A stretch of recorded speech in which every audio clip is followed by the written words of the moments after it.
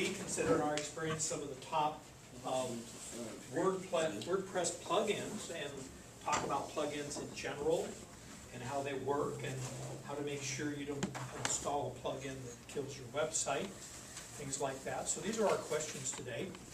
We're going to look at some core plugins that we would recommend people use before they get into anything fancy. These are kind of like the maintenance basic level.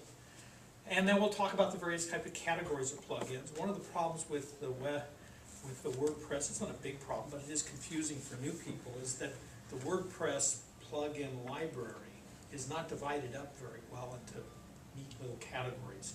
It's kind of like, you know, you just sort of search and you put in your keyword, but you know how it is, if you don't know the right keyword, you can't find things. So, you know, you almost have to know before you know in order to find what you're looking for. So that's a problem, so we'll talk about that a little bit. And then how to install a plugin. Actually, it's fairly simple, but there's a few steps that most people forget to do and they can get themselves into trouble. And then what do I do if my WordPress site, I install a plugin and all of a sudden my WordPress site's gone. It just disappears. And that's happened to people. How do I fix this? What do I do now? So we'll talk about that a little bit too. Well, actually, you know, what people do, small business owners especially can be a little naive because they're not used to how nasty that internet world can really be. And they browse around the web and they see a plugin, you know, oh, this is a WordPress plugin. It's not on the WordPress.org site. And they see this neat plugin that seems to do something they want. They download it and they install it. And guess what? It was a Trojan virus, malware, whatever. It really wasn't a plugin. It was somebody just took over your site and you installed it. So you know, there's things you can do to keep that from happening. In other words, there's some steps you can take to make sure that that isn't going to happen to you. And we'll talk about that. Okay, plugin overview. Basically, plugins are little miniature applications that attach to WordPress and extend WordPress. You can basically take the basic WordPress and turn it into an e-commerce site, a content management site, a forum site, about anything you want to imagine using a combination of themes and plugins. In other words, you can just take WordPress and turn it into just about anything you want to imagine with the right combinations. Matter of fact, some of your theme builders, that's what they do. They take a bunch of plugins and they all attach them up so it's all installed automatically, and you end up with this really fancy website. It doesn't even look like a WordPress website. Okay, so you can do a lot of wild things. Some of the categories that I try to keep people thinking of is these, SEO and stats, you know, SEO type plugins along with stats in terms of like Google Analytics type things. They're plugins pull in Google Analytics for you. Maintenance, you know, maintaining your website. Security is a big thing that most small businesses neglect, which is why they end up without a website at some point in the future. So, social media, of course, like SEO, social media is really big. There's a lot of plugins that automatically integrate your website into all kinds of social media outlet, automatically post to Facebook, automatically post to Twitter. You do a post and boom, out it goes, you know. So there's a lot of things that make doing social media more efficient with these plugins. E-commerce, turn your website into a little shopping cart fairly easily. Some of those plugins are fairly simple. Some of them are more sophisticated, depending on what you need. If you are doing e-commerce first and the other second, you might actually want to put a shopping cart in that has content management functionality. So the shopping cart's the core of what you're doing. But a lot of people, what they want to do is they're selling information and then they just want to sell a few things on the side. So these e-commerce plugins are very handy. Then there are companies out there that are doing vertical markets. They're taking and building specialized themes that, let's say, a plumber can plug in and it automatically turns their website into a plumber site with scheduling and all that stuff. You see what I'm saying? In other words, take a vertical market, take a business and build a theme plugin, a series of plugins that turn that site into something for that vertical market. And so there are people that are doing that. So, and like I said before, there are a lot of the new things are coming with default plugins. as part of the mix. So a theme simply makes it look pretty and does layout. A plugin actually gives you functionality. Themes don't give you functionality. So when you install a theme that has functionality, you're installing a theme that has plugins built right into it. And that can be good, it can be great, and it can be a problem in some situations, especially if you're not aware of what you're getting. Okay, let's talk about the core plugins. If I were to install a new WordPress site for somebody, these are the guys that I would install for them right off the bat before doing anything else, without even talking about what their business needs are. So these are like basics. Notice the first one, backups. That's probably the biggest problem people have. They don't install a backup plugin first. Because you do that first thing. That way, you can take backups as you go along, as you're working on your site, and no matter what happens, you can get back to square one. No matter what you accidentally install, no matter what you accidentally do, you get to go back to square one. You can restore yourself. So that's number one. Got to do that first.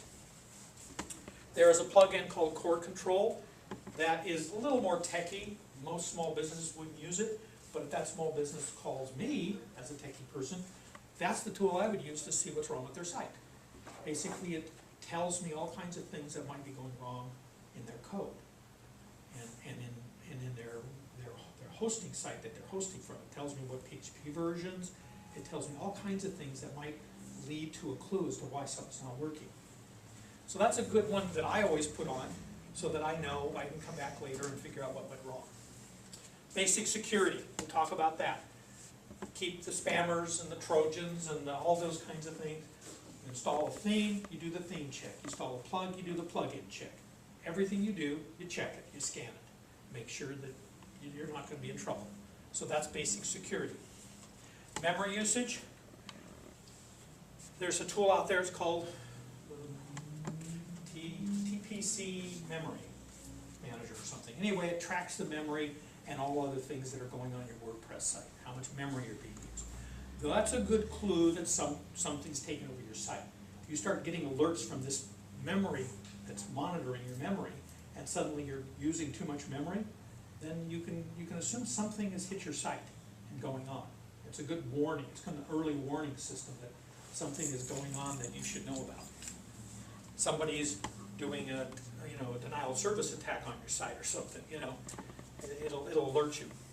Editor enhancements. Obviously, one of the things that you're doing on your WordPress site is content, and you can enhance the editor to make it more useful. The editor is an open source editor called TinyMice, TinyMCE, and these are enhancements to it. They add new functionality, make it behave just like a Word doc type thing. So that helps for people who want to do fancy things. And then, of course, as we talked about, spam control. Keeping the spam down, keeping those comments from flooding your comment space, and so that the comments you have to deal with are legitimate comments, not garbage. So this is the basics that I consider the core that before you get into anything fancy. So we're going to run through a couple of them that I recommend. For backup right now, I'm recommending what's called Simple Backup. It's actually fairly fancy, but it's got a simpleness to it that allows you to do things at a simple level, and then you can grow with it. This is the basics. First of all, you'll find it after you install it under Settings, Simple Backup. This is all you have to do to use it, is that. Decide how you want the database. To SQLs, these are good choices. You don't have to touch them. The defaults are great. You can change this, I think, to zip or something. And then back up both the database and the files. That's it. It's that simple. And then there's a button down below that says backup. Okay, you're done. But you can get fancier. Here's the backup button, and then your backups are here. That's the simple. Okay, and then there's a whole bunch of other features that let you do. Well, that's not here. I don't even have a picture of it. I think I'll show you a picture of this. Since we don't have a lot of people here, I can zoom off over here and show you.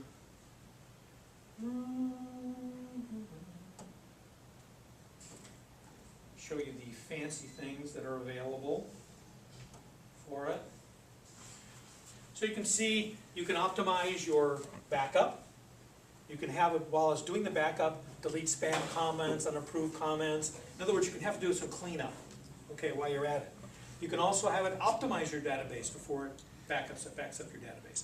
So there's some maintenance stuff that you can also do simultaneously, which is kind of nice, okay? And then also because it's on a smaller screen here, it's kind of overlapping. Let me see if I can expand it a little more. The guy who wrote this didn't take into account that there might not be enough screen. It also does some diagnostic checks on your system and tells you what you have available. So like, it's telling me I have zip available on this machine. Okay, so my PHP on this machine is supporting zip. Not all machines do. So it kind of tells you what's available. And then you can, they also have upgrades. These people have upgrades. This is where they supposedly make their money. You always got to make money. This is all free. They have a system which I think I would recommend. Automatic backup, email backup notification, and daily weekly scheduling. So that's a good idea too, to have scheduled backups going on back there. So if something happens, you don't lose something, especially if you have like an e-commerce site or some site where you have a lot of people posting, interacting. You don't want to lose that. If it crashes and your last backup was 2 months ago, guess what? You lost all that. You know, your restored database is not going to have all that information. So you're going to want to have some scheduled backups going on there. So I would recommend that. But that's, like I said, the basics are really basic. So I mean, there's no excuse for not doing at least the basics. Because that's the basics. That one setting and push the button. I mean, it doesn't get much easier than that. Okay? And then I always recommend that you download your backup onto your own machine. Don't leave them on the server. Bring them onto your machine. Have a folder. Keep like the last 10 or 15 backups, and you can delete the older ones if you want, or keep one out of each month's worth of backups. But you know, keep them on your own machine. Because basically from the backup, you can completely reconstitute your website. From the backup, you can move to a completely other service and reconstitute your website. So this backup is not only backing you up, but it's also giving you a mobility. So if your hosting service goes ballistic on you, you can say, well, tough luck, I got my site, I can go over here and restore it, and I'm back up and running. You see? So it provides you a lot of protection for your investment. What's the name of this? Simple backup. Yeah, it is exactly what it says. There are several others that I have listed in the ebook that follows it. If you're not aware that all my presentations have a full 28-page ebook that comes with it that you'll get a notice on. If you're on the meetup group, you'll get a notice that and a link to it. So, yes. Will that backup be formatted for any other server? Or? Yeah. Yeah. Yeah. It's a zip file. It's a zip tar file. GZ file. You can set it for zip if you're doing Windows type servers. If you're doing Linux type servers, the tar GZ is one of the better formats. But either way, okay, you can define what the compression format is. That would be here, so you can tell it what the compression is. There'll be a drop-down list depending on what your server supports. And if it says, if one of them is zip, you can set it for zip. Okay. But most of your compression, decompression tools now handle all of these. Most of them are they'll handle a wide range of compression algorithms. So, at least that's what I found. Okay, core control. This get a little geekier, but core control has these modules. Basically, if your website has to do any kind of cron jobs means something going on its own, a regular schedule, like the backup. If you have that backup, it's using a cron job, and if you did the simple backup and you wanted scheduled backups and it wasn't working, this tool will tell you why it's not working. Okay, because it looks at your cron module, which then you would click up here and see what's going on and why your scheduled backups aren't working. So this is a diagnostic tool for problems. Specifically for Linux. Pardon? Specifically for Linux. No.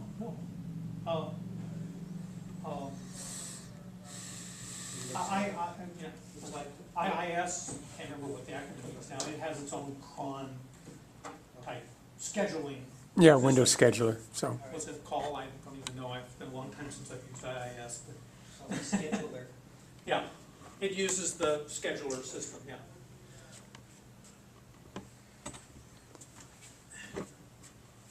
So, that's really handy. Here's an example of transports. Generally, having SSH2 red is not a bad thing because very few people use it. You want these others green. I would consider this a healthy web hosting service in terms of what it's providing. It's not bad that that's not available, but these three need to be available for everything to work right.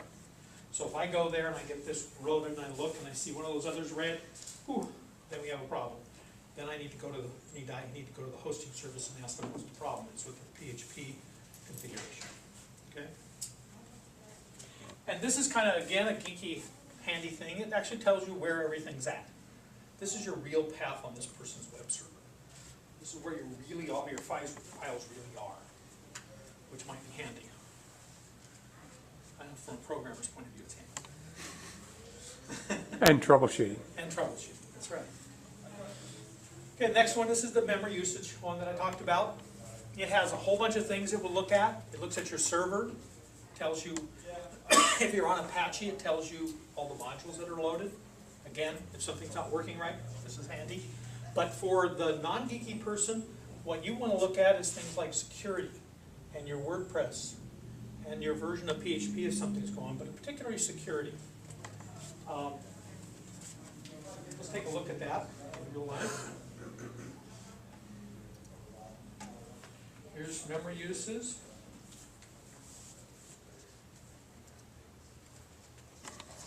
And we can go to security.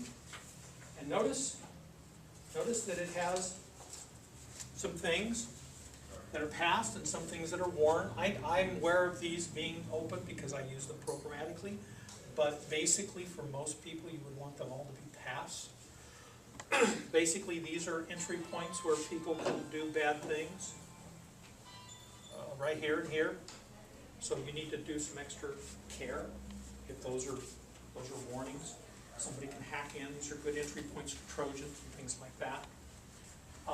So this basically tells you whether your service, whether the PHP version you're running on is providing and how much security it's providing or not. So again, if you're getting hacked, this is one of those pages you're going to want to look at. Botnets use these paths to come in and place things on your server or in your WordPress site. Right. So these would be considered holes that.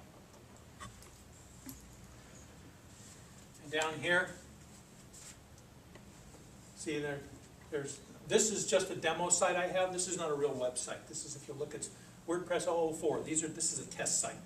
And so I intentionally have test sites that are kind of screwed up for reasons. So, but this one I particularly set it up. I didn't do the secret keys in the WordPress config PHP, and because I didn't, that's a big hole.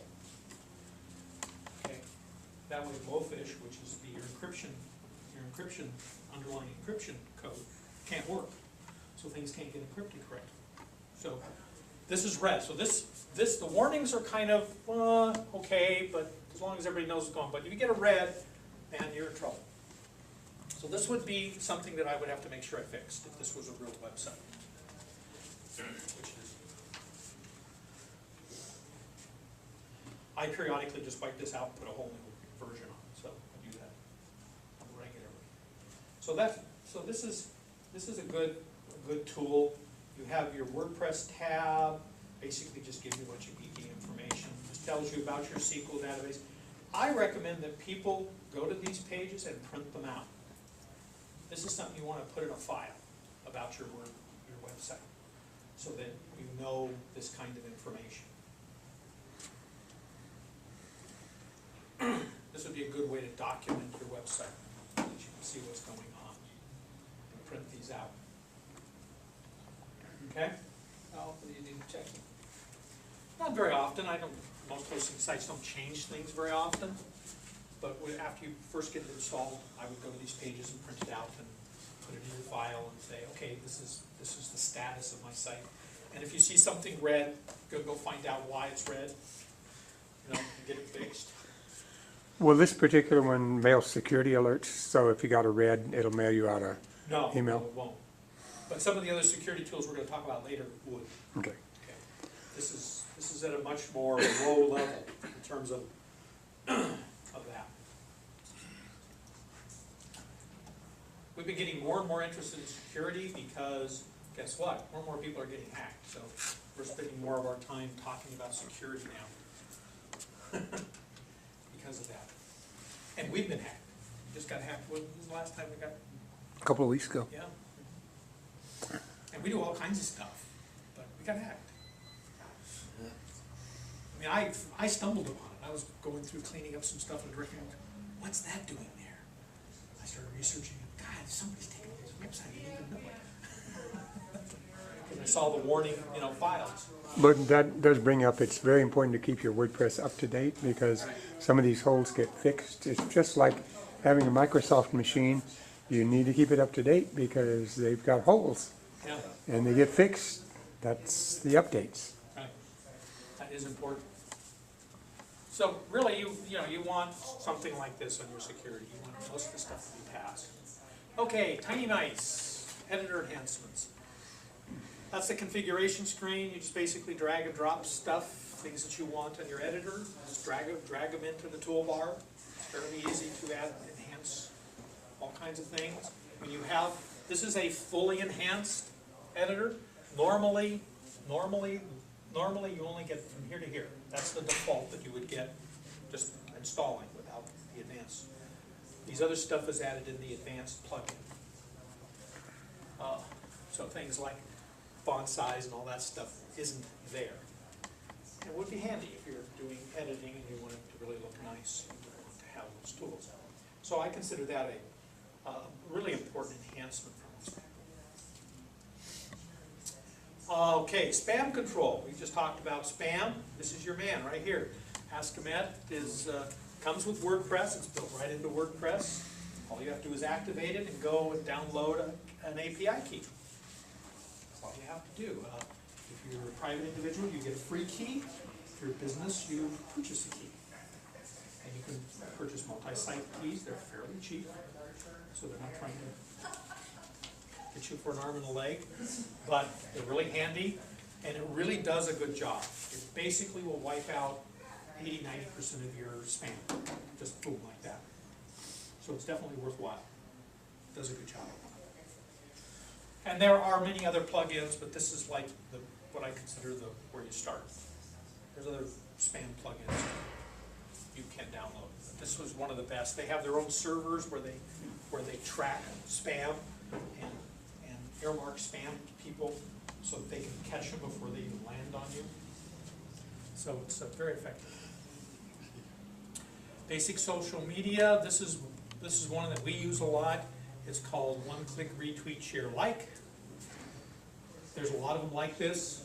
There's hundreds of them like this. If you go type in social media in the search for installing a plugin, you'll probably have hundreds of these.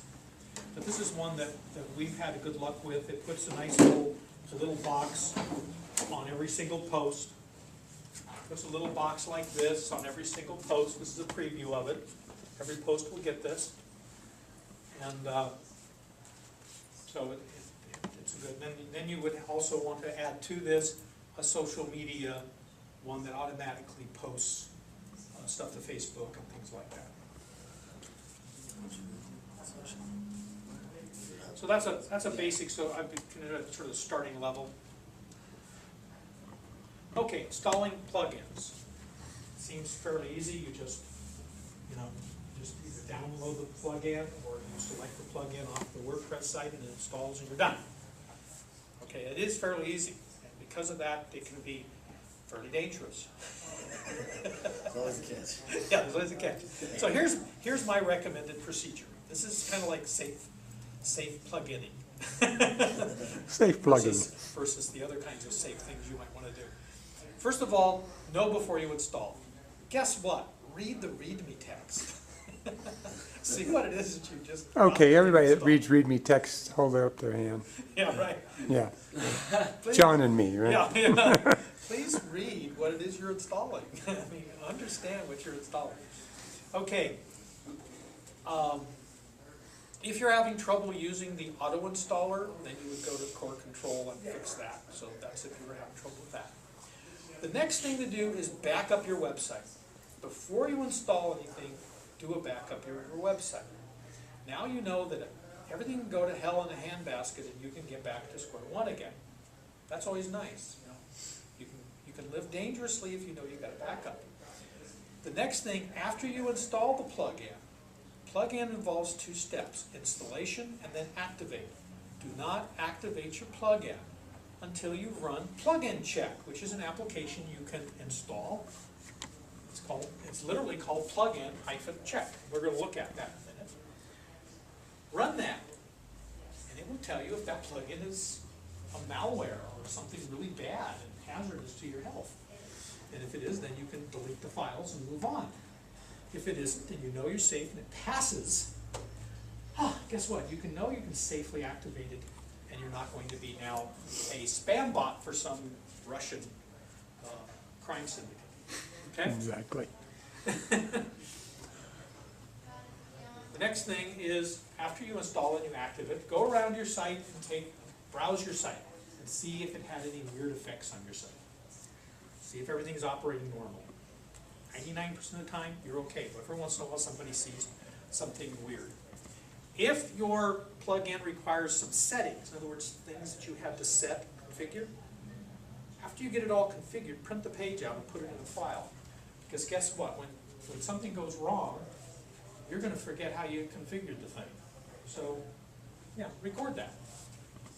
And the last thing is this a plugin that's going to support future versions of WordPress?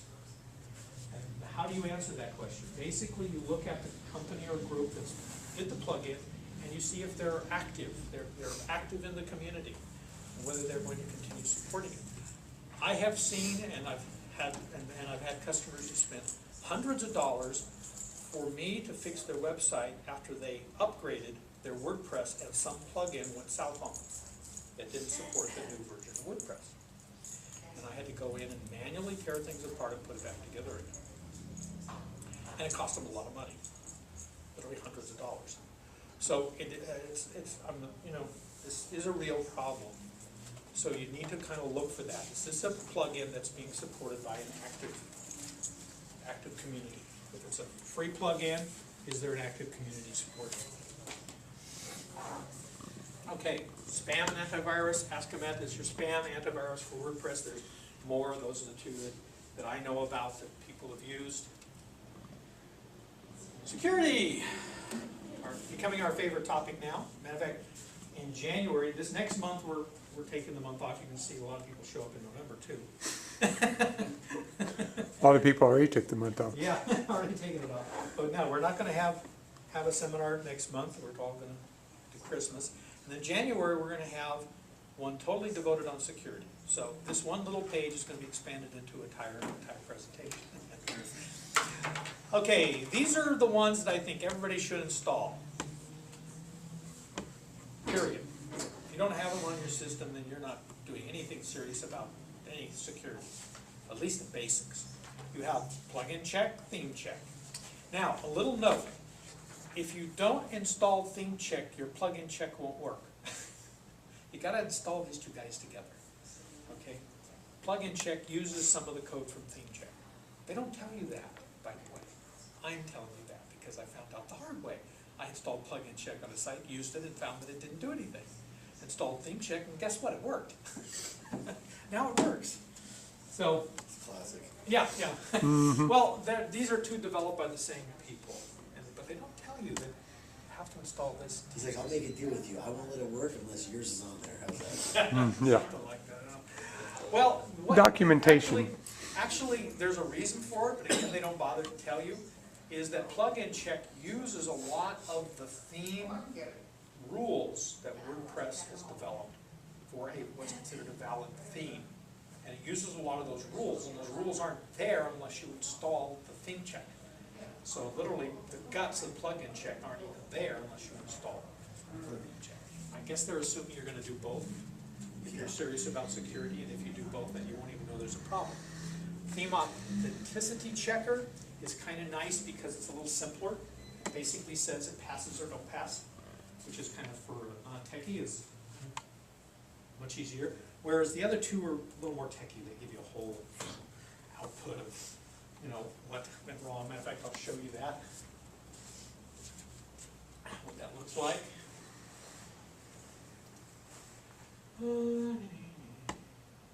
Plug-in check.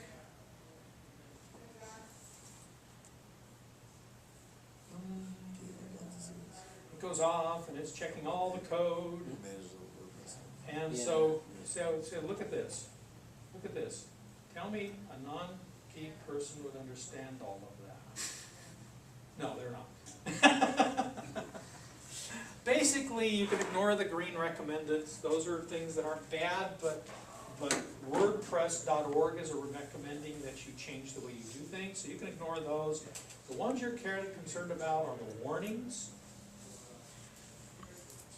Now, in this case, I have shell exec, which means that I'm allowing this plugin to execute code on that server, which you can imagine would be dangerous if it's a Trojan or something. But the reason why I would let this slide is because my backup program's doing it, and I would expect them to do it. So again, that would be a geeky thing you would have to know. You would have to know that plugin should be doing that, and that's okay. But if this shell exec was part of a image library, that would be a real red flag. With like, whoa, what's an image library doing executing, basic code on the server? No, that's bad. That's really bad. So, it's context. By the way, that's a real popular place for botnets to place their Yeah. executables. Yeah, inside of Image directory and the plugin directory. Those two directories. So, anyway, so context is everything, whereas the authenticity checker does that kind of logic for you and gives you a pass, no pass. So it's a little less geeky, but still, it's important, and most people can kind of, I think most people would find it useful. So you do your plugin check, you do your theme checker if you're installing themes. Always do your theme check. Tim thumb vulnerability. This is the file uploader code. This has been a real big problem. So you really should have this one and run it. Tim Thumb is a library that's being used by a lot of plugins out there, a lot of themes. It is an upload image library. Downloads images and processes them. Okay? So this is a major target. The scanner, what it does is it scans your system and looks for out-of-date timthumb.php files and goes and grabs the latest version and replaces it for you. So it fixes it for you. So you run it, it fixes it, and you're done. You install a new plugin, you run it again, it sees something wrong, it fixes it, you're done. So it's just a good kind of cleanup. And make sure that you don't end up with an old version of this file, timthumb.php. An old version that is hackable. If you want to get a little fancier, this is the fancy one of the group. I don't even know how to pronounce that. Scurry, site check malware scanner. It does kind of like all of these at one time. Kind of cool.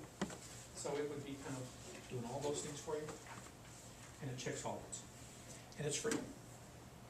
Now from here on there's a bunch of others. There's bulletproof security, there's word fence that we'll cover in the other presentation in January that have a free version and a paid version, and they really get fancy. And you can really lock down your website really tight, which is good. But that is beyond the scope of what we can do here today. This would be considered the basics you should absolutely do no matter what. Okay, let's get into some utilities. These are some good utilities for writing and posting. You have after the deadline, spelling, style, and grammar. WP sticky is kind of nice. If you're doing a blog, it's really nice to be able to take one of your posts that you really want to highlight and keep it at the top all the time for a while. That allows you to kind of keep that post floating at the top. Easy index lets you index your contents, and as if you've got a lot of posts, indexing is always kind of nice, makes it category post widget, and it gives you a thing on the side with your most recent category posts for each category you might have created. So those are nice little tools for more blog-oriented tools. If you're using WordPress as a blog.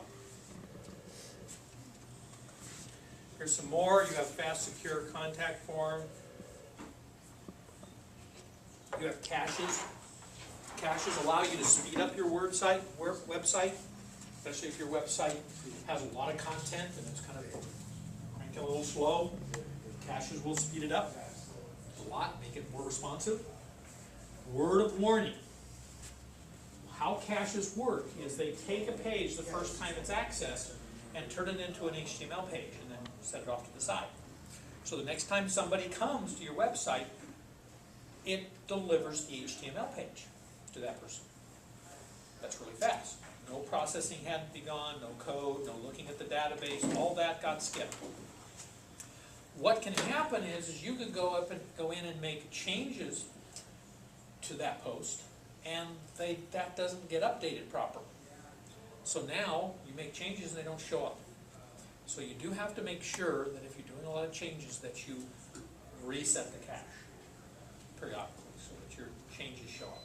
That's just something you have to remember to do. I've seen people come to me and say, I made all these changes and they're not showing up. Well, did you go reset the cache? No. Okay. I did tell them before, but they forgot.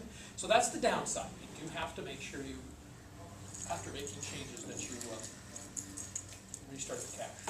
Make it clean itself up and start fresh again. Okay? Not a big deal, just one of those things you have to remember. You know, there's an old saying in the computer world from way back when. It's my favorite saying. No good deed goes unpunished. In other words, no matter what you do that helps you, there's some downside that you got to remember.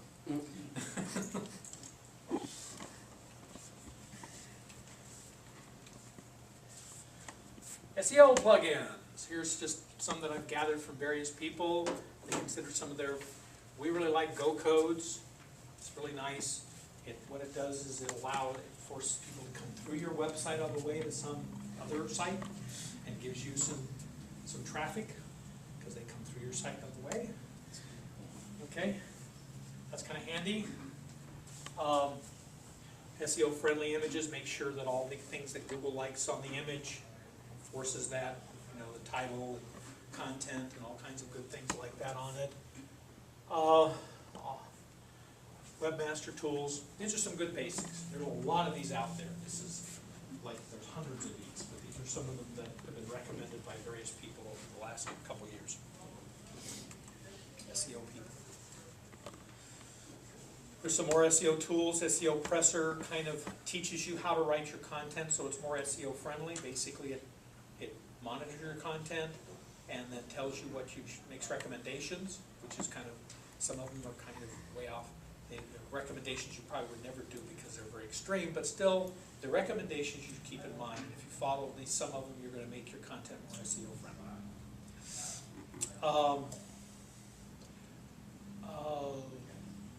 Okay. What about duplicate content queues? Yeah, you know, if you've got a lot of websites and you're really content heavy, I mean, that's what you do is write articles. That would be handy. It goes out and tries to find duplicate to see if you're accidentally duplicating content within your. It just lets you know if, Yeah. I haven't used it much basically you myself. could take pieces of your content and just do Google searches to do the same thing, right? Yeah, probably, yeah. Basically the Yeah, same but I idea. think it tries to automate that process for you because Google doesn't like duplicate content too well. I mean, it really kind of slaps you for that, so it's a good thing to minimize Plagiarism. plagiarism. Well, you know, I was reading once that way back in early times, when writing first came about, biblical times, that plagiarism didn't exist because everybody copied everybody. I mean, that was what people did. I mean, you took something and you made it your own. Added a little few words here and there, maybe or not. You put your name on it, and away you went. And nobody cared because back in those days, everything was sort of orally transmitted, and when it was written, that was no different. This whole idea of copyright is very new. It didn't exist back then. So, you know, we tend to naturally think that this is not a problem, but of course now there's a whole economy behind content being unique. There's a whole structure of copyright and owning things that's new to modern times. It's only a few hundred years old. Yeah, that's all. I mean, there were no copyright laws 300 years ago. It's whatever you wanted to do. If you could copy it, great, no problem. Matter of fact, they had monks copying stuff all the time, no problem. So I'm not saying it's good, I'm just saying it's a new idea that we as people aren't used to necessarily. Social media, we looked at one-click retweet, share, like already. There's the Facebook, a ShareDaddy, Topsy retweet button, Twitter for WordPress, and on and on. There's all kinds of plugins that automatically post your posts on Facebook or post a tweet, a link to your posts on Twitter, and do all kinds of fun things. And those are handy tools because who wants to spend time going to Twitter and posting this? I mean, you know, only got so much time. So you like to automate a little bit of these things. Video. Everybody likes videos. Videos are big. Google gives big credits for video type stuff. So here's some videos. Putting videos on your WordPress site is really a good thing. My favorite is JW Player for WordPress. The reason I like it so much is because it automatically detects whether the browser does HTML5, and if it does, it uses the new HTML5. And if it doesn't, it falls back to Flash, if it's supported. So basically it detects whether that person's browser can handle a certain technology that provides it. I've heard you don't want to use Flash as much as you can, or try to stay away from it, Right. just because the bots can't crawl it as much. Right. Is that correct? Yeah, Flash is like a blank hole. Yeah. It's a hole.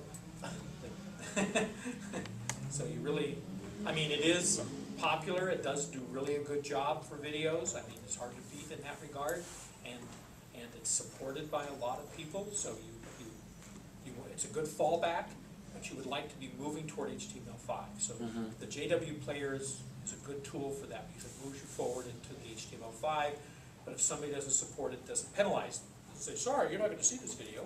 It goes, okay, we'll put it in Flash and give it to you that way. So it's a good workaround while we're in this transition over the next few years into HTML5.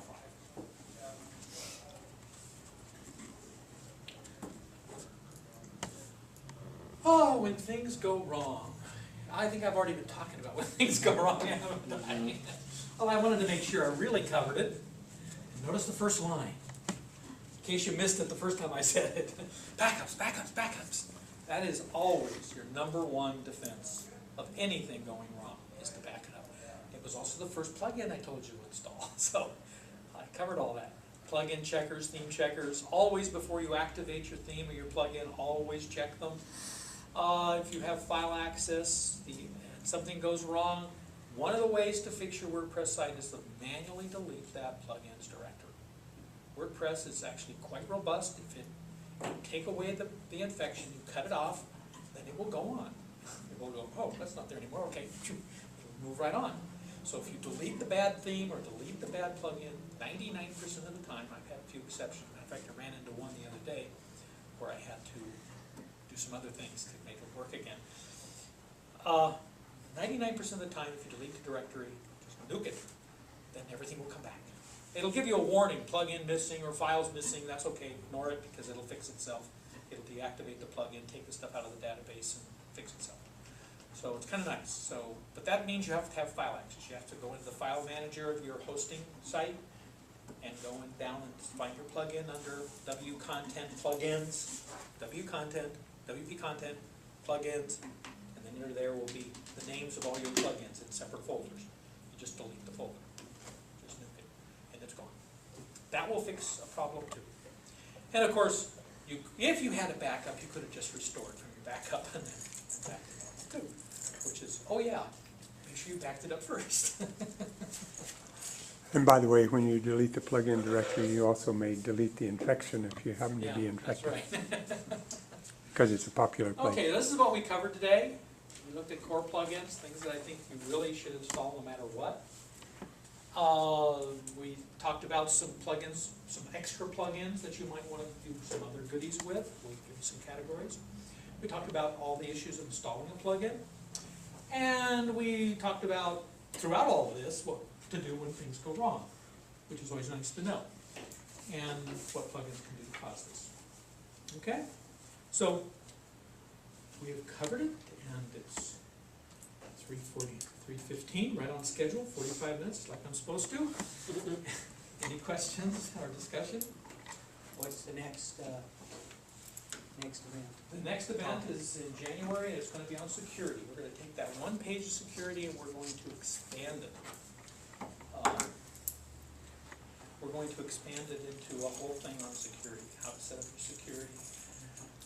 We'll take some security software and walk through it, what you should do, what can go wrong, and hopefully when you're done, you'll know how to really lock down your website so that you're less likely to get hacked. Keep in mind that there is no 100% guaranteed way to prevent getting hacked. Even the Department of Defense gets hacked. And believe me, they spend millions and millions of dollars on not getting hacked, and they still get hacked. So what chance do you have? Be sure you back up and place it on a local computer. Yeah, yeah, Fly under it. yeah. What chance? I mean, if somebody really wants to get you, they will get you. But you just want to protect yourself against all the little script kiddies out there just playing around. It's the same thing with your car. If somebody wants your car, you know good well they're going to steal it. But you just want to keep somebody from getting in your car and finding the key sitting right there, and being so tempted to drive off with it that they can't resist themselves. So you will take your keys with you and lock the door. Okay? Makes sense. That's great, thank you. Yes, thank you. Thanks, guys. Appreciate it, guys. And we'll see you in January on security. Have a great holiday. Will. What's the all day? And you will notice there's an old age. Oh, yeah, that's a workshop where we're gonna help you. Oh, thank you. We're gonna help people install an entire WordPress site. Would you, what's this? Oh,